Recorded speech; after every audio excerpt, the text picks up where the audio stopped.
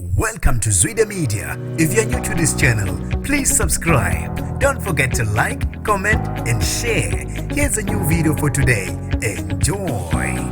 Ubonga uyanconcoza uNomcebo Zikode oyintandokazi yabathandi bomculo emhlabeni jikelele aduma kakhulu ke ngengoma ayishaya noMaster KG ethi iJerusalem. Abantu ke abayijabulele kakhulu okuyiNational Anthem yaseNingizimu Afrika ngaphelele eNingizimu Afrika emhlabeni ijikelele kamuva nje. Sanibonani nginibingelele ngiphinde nginamukele kuphi nakuphi la nibola khona le video. Mangokuqala isijonele likhasi, you are welcome. My name is Bonke Ndwandwe. Mawuthanda ke ungangibiza intatheli ka YouTube. uNomcebo Zikode ke bafethu uswele ngisho imlomo ezinkulungwane yokubonga abalandeli. Uthi ke akazi ukuthi athini. Ubonga kakhulu abalandeli bakhe abathe bamnika isupport kanti ke baphinde futhi ke bamphakamisa njengoba ukuthi uyena uzibona engalutho ngaphandle kwabantu. Uthi ubonga kakhulu ke noza kwabo uMaster KG ngayo ke ingoma abathe bayishaya emnandi kakhulu futhi ke abantu abatshengise ukuyithakasela kamuva nje njengoba ke i-break record yafika ku 100 million views ngokwala eNingizimu Afrika. Kusho ukuthi ke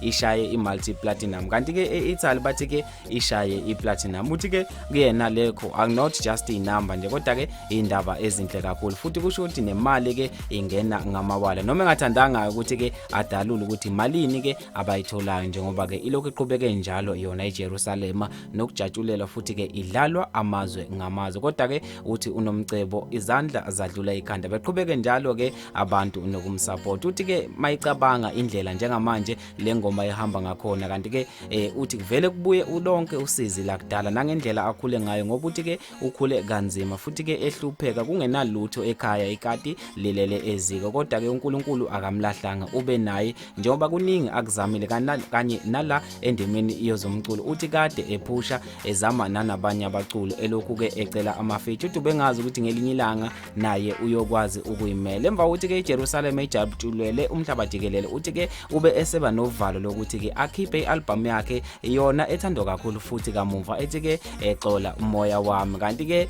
njengoba uthi ubesaba ukuthi ke mhlawumbe abantu ngebeze beyithande njengengoma le iJerusalem kanti ke abantu bavele bayithakasela kakhulu ke nayo iyona exola umoya wami le album yakhe enengoma ezo9 abantu ke bayijabulela bayidlala left and right. Uthi ke izandla zadlula ikhanda uswele imlomo ezinkulungwane yokubonga ukuthi ke umculo wakhe abantu bayawusupport futhi ke akusaphelele eNingizimu Afrika kuphela kodwa ke usuhamba umhlaba ajikelele userecognized worldwide. Uthi uyabonga kakhulu abantu beqhubeke njalo beze bengagive up ngokuthi ke bemnike isupport. Kanti ke mahlabela phambili nokhuzani kubuya ngazi ukuthi ke izinto zimhambela kahle futhi ke uyawuphakamisa uJonathan D njengoba ke kukwaba nenkulumo kamuva la igqokamelisha laliposta khona amaposta athile lisho ukuthi ke ukhuzani engazi ukuthi uJonathan D usufuna ke okumlaqaza ngoba ngazi ukuthi ke akasenzi kahle ngokuphusha wona umkhiqizo wakaJonathan D. Kanti ke kamuva emva kokuthi ukhuzani engene lapha emidlalweni weMbewu the City odlala ke